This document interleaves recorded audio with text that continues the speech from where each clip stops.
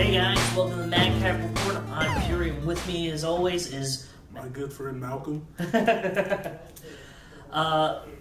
got a few things to actually talk about today. Yeah. Today is Tuesday, March the 14th. 14th, thank you. 4 days to my brother's birthday. Oh wait, it's Pi Day.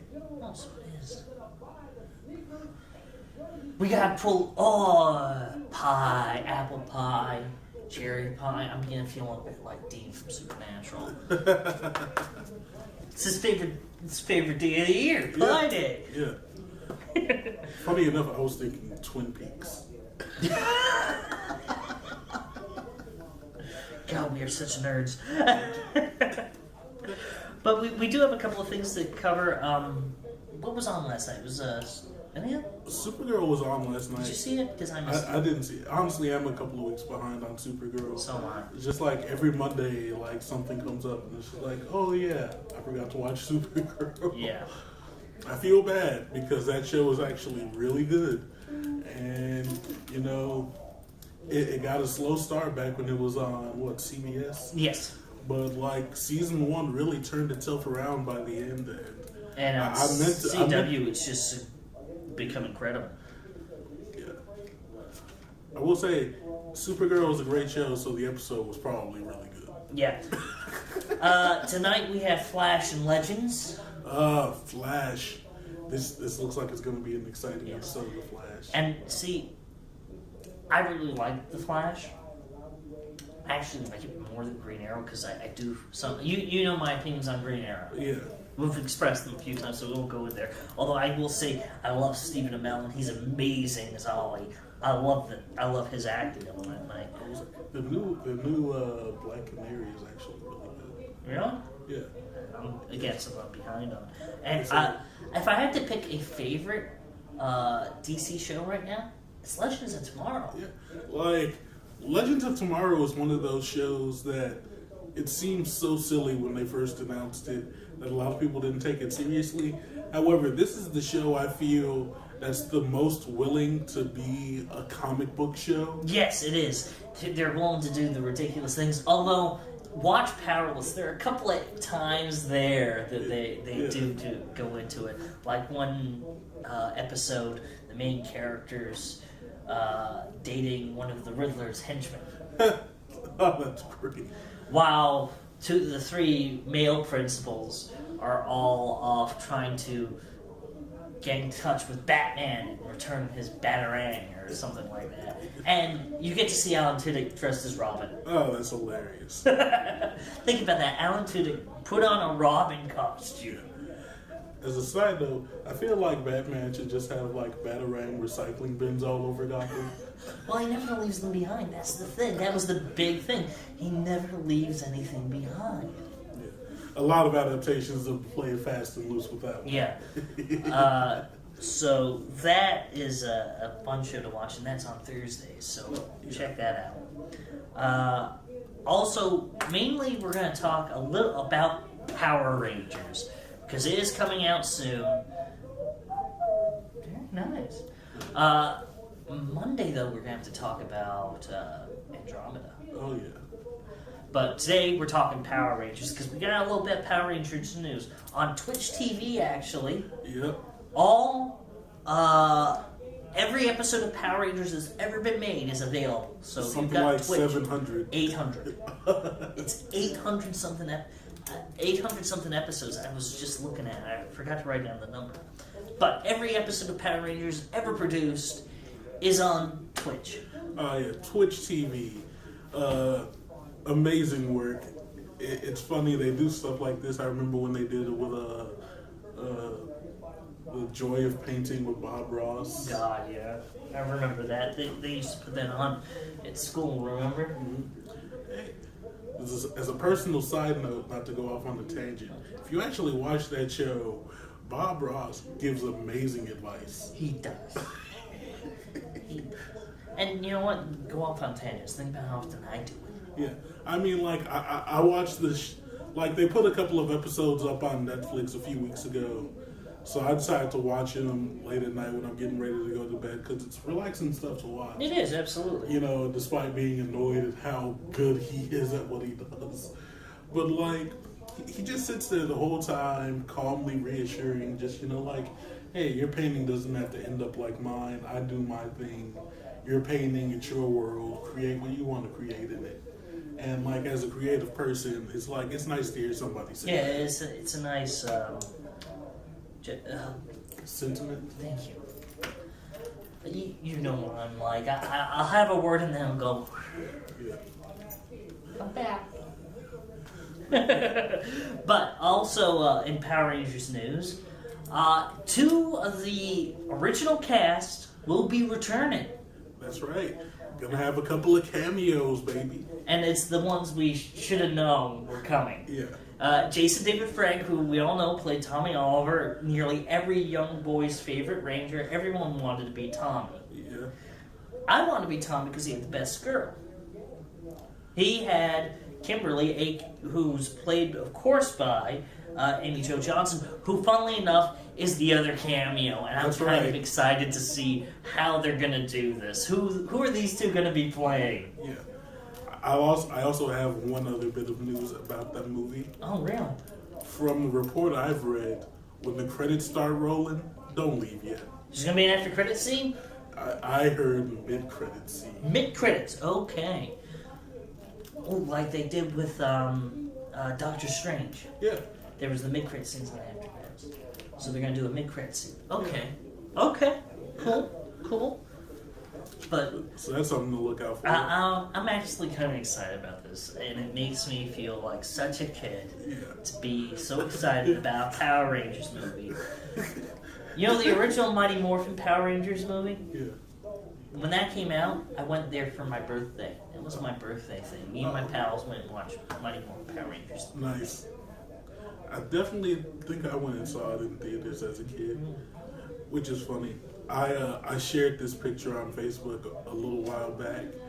It was just a 2-panel comic. It was like 1995 with a little kid like excited holding his mom's hand, pointing at the Power Rangers movie poster. Yes, I remember this. And then like 2017, that same guy as an adult holding his girlfriend's hand, pointing excitedly at the Power Rangers movie poster. But there are a lot of people our age and a little older who are actually really excited about this movie because it's a reminder of our childhood. Yeah. I mean, it's more grown up. From what I've seen, it seems to be a bit more grown up than the one we watched. You know, a bit darker and grittier, which is fine by me. Yeah. But it should be very interesting. Also, again, there's another Power Rangers thing I want to talk about. And that's Power Rangers and Justice League crossover comic that's happening right now. I've been keeping up with this a little bit. I have. It's so funny. It's bordering on the ridiculous, but it's a lot of fun. Yeah. It's very much like it's Power Rangers as you know and love them. It's Power Rangers as you would see them in the current comic book art they have going right now. And with the Justice League, it's a mix of like the current actual Justice League and like Justice League Unlimited. Yeah, it's actually really kind of cool. Like I said, it borders on the ridiculous, but it's a lot of fun. Yeah. And, you know, sometimes something doesn't have to be this great piece of writing, this great piece of art. It can just be fun. I will say though, the art is actually really good. The art is amazing. Don't get me wrong. The art is really good. But let me justify myself here. But like I said, sometimes it doesn't have to be absolutely the best. It can just be a lot of fun. So, folks, if something's not, you know, because I've had people say, "Oh, well, it's not that great a movie." I said, "No, but is it a fun movie?" Yeah. That's my big thing. It doesn't have to be an amazing piece of cinema, an amazing piece of writing if it's fun. Yeah. Sometimes you just want to be entertained. Absolutely. So that's a big reason why I like Legends of Tomorrow. Yes, exactly. Because there are times that's just entertaining as hell. Yeah. Like if I tried to apply time traveling rules to that show. Oh, every Doctor Who fan must be pulling their hair out. Those who have hair. let's talk about this real quick. All right. Since we started doing this show, I've had my hair. Yeah. But I shaved it off because I lost a bet once. That is true. I lost a bet That with was Zach. very funny. I lost a bet with Zach Bignall because I told him he could never get 5 of us to dress as X-Men. He got, 6 of us? Yeah. And the bet was if he could get 5 or more, I'd shave my head and be Professor X. I lost that bet big time. But Nothing motivates people to cosplay quite like being able to make a friend shave his head. pretty much. So I kept it that way for a year, and this past November I decided to grow it back, but it wasn't growing back right, so I just was like, screw it. I actually like it. Yeah. So, let's move on, now that I've had my little rant. Yeah. We got 2 things in comics. Actually, 3. Yeah. 3 things in comics. One is, this week, Batwoman #1 is released tomorrow. Go to your local comic book shop, pick it up. This Kate Kane storyline they're doing right now, I love what they're doing with Kate. She's one of my favorite members of the Bat Clan right now. So. Me too. And I will say, for those of you out there, I know there's a few of you who may know, it seems this series is not going the same way that the New 52 Batwoman series went, which was really good until that one bad thing happened. That kind of threw the entire thing off the rails. Am I thinking the vampire thing? That, and I was also thinking the non-marriage thing. Oh, right. Like, luckily, this series is coming out. I'm not necessarily saying that Batwoman's going to get married in this series. No. But DC no longer seems to have that weird disdain for having their heroes married anymore. Yes. So that's coming out. Really I've read the one shot. You've read the one shot. Yeah, the one shot was great. It was a nice retelling of her backstory. Yes, and a glimpse into the possible future. Yeah. So, will she take up her father's place or not? That's the question. I hope not. I like Kate. Right now, it seems like she won't, but who knows? Things Yeah. always change in the Bat world. Exactly. You never know. She might do it for the right reasons. Yeah. Also coming out fairly soon in Marvel Comics. Marvel Comics. Darn me. In April next month. Yep. We both have these. Start with blue. Let's start Is with Blue. X-Men Blue. Number The 1. strangest teens of them all. Now, if you follow Marvel, you know that a group of the X-Men from when they were very young were pulled forward in time and were basically ended up stuck here. Yeah. Well, this is their story because we're going to get, 2 or 3 X-Men teams now. They're cutting back the X-Men storylines. There's actually about 3 or 4 when you think about it. Because there's the upcoming Astonishing, That's right, stuff. Blue and Gold, Blue and Gold. and technically Generation X. Yeah, but it's not really an X-Men. It's going to be Jubilee. Hey. I like Jubilee. Don't get me wrong. I like Jubilee. But Jubilee's a vampire right now / mutant. And that makes her awesome. It does. So I don't know if she's on par with Blade or if she's on par with the X-Men or somewhere in the middle. Yeah. But, there's a lot of stuff going on. But, yeah, X-Men Blue, it's... You know what you've been seeing Jubilee a lot of recently? Sorry, but... is, believe it or not, in the Hellcat comics. No, dude, I've been reading the ever loving not to that Hellcat. That's series. a lot of fun. It's very fun, very very cute art. I like it. Which is just hilarious for all the vampire stuff Jubilee does. Yeah, it's almost manga-esque in some ways. Yeah, but yeah, X-Men Blue, the original 5, as it were. Yes, and Jean Grey's leading this team. The young Jean Grey will be leading this team, and the lineup is Cyclops, Iceman, Beast, and Angel. And they're fighting to restore the reputation of the X-Men after the events of the war with the Inhumans. In other words, they're fighting to fix the screw-ups of the original Cyclops. Actually, this one wasn't that war with the Inhumans wasn't really Cyclops' fault. It was partially. It was more so Emma Frost's fault. It was okay. I'll give you that. It was more Emma's, but come on. Until the very end, weren't you like, this is like going off the deep end? I mean, to be fair, don't get me wrong. Would Cyclops probably have done that? Yeah. All right. The creative team on this one's Cullen Bunn and George Molina. George Molina. Thank you. I don't have my glasses.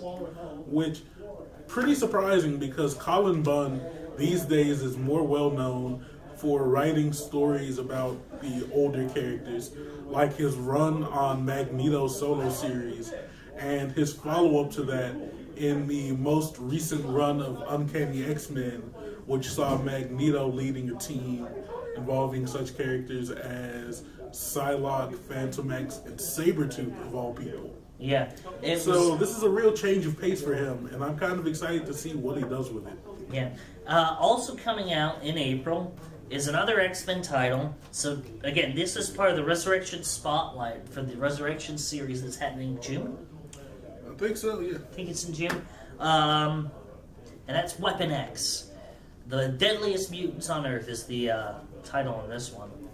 And Old Man Logan, Sabretooth, and Lady Deathstrike have been targeted for execution by Weapon X. With the help of allies Domino and Warpath, will they be able to survive? You would think Weapon X would just, give it up. Okay, we give up. We tried to kill the original Logan, and he just wiped the floor with us and then got encased. Even when the adamantium was beginning to harden around him. It's just like every couple of years, Weapon X tries to go out and, get rid of the evidence of all the messed up things they've done. Even though, all those people have been out in the world for years. And it's like Wolverine was an Avenger. It's like, Weapon X, what are you doing? It's not like nobody knows that Wolverine and Sabretooth are out there. Yeah. And it's going to be by Greg Pak and Greg Land, two Gregs, who will be leading this. Greg. Yeah. The two of them actually worked on X-Men Phoenix End Song, which was a really, really cool storyline. Yeah. So that's coming out again in April. April's going to be a big X-Men month. Yes, it is. So definitely check everything out. I keep seeing definitely a lot. I need to work on that. You notice that? Yeah, you definitely do. Bite. But come on, I definitely had to do that.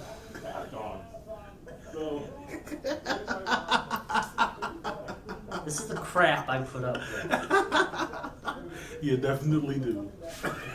It could be worse. It could be Joey with "Here's the Thing" and pulling out that Thing action figure. That's right, I forgot. I actually have a Thing trading card somewhere I need to keep on my person at all times. Here's the Thing. Joey will go, you stole that from me. You know that. I did steal it from him. I'd still do it. I think that's it for today. I think so. I am Fury, and it's been nice having you watch our show. Please remember to subscribe. Also, we're now on Instagram at Madcap Report. Yeah. So, be on the lookout. We'll probably post some silly stuff on there, along with our weekly picks every week. Yeah, so you can get a good look at them instead of, however way you can see in these YouTube videos. Yeah. I'm actually probably going to start taking individual shots of each comic cover and then putting that up as well as the group shot. Oh, sounds good. So I got some other ideas I think I might be throwing up on the Instagram. Awesome. So I'll see you on the flip side, guys. Yeah, see you around, everybody.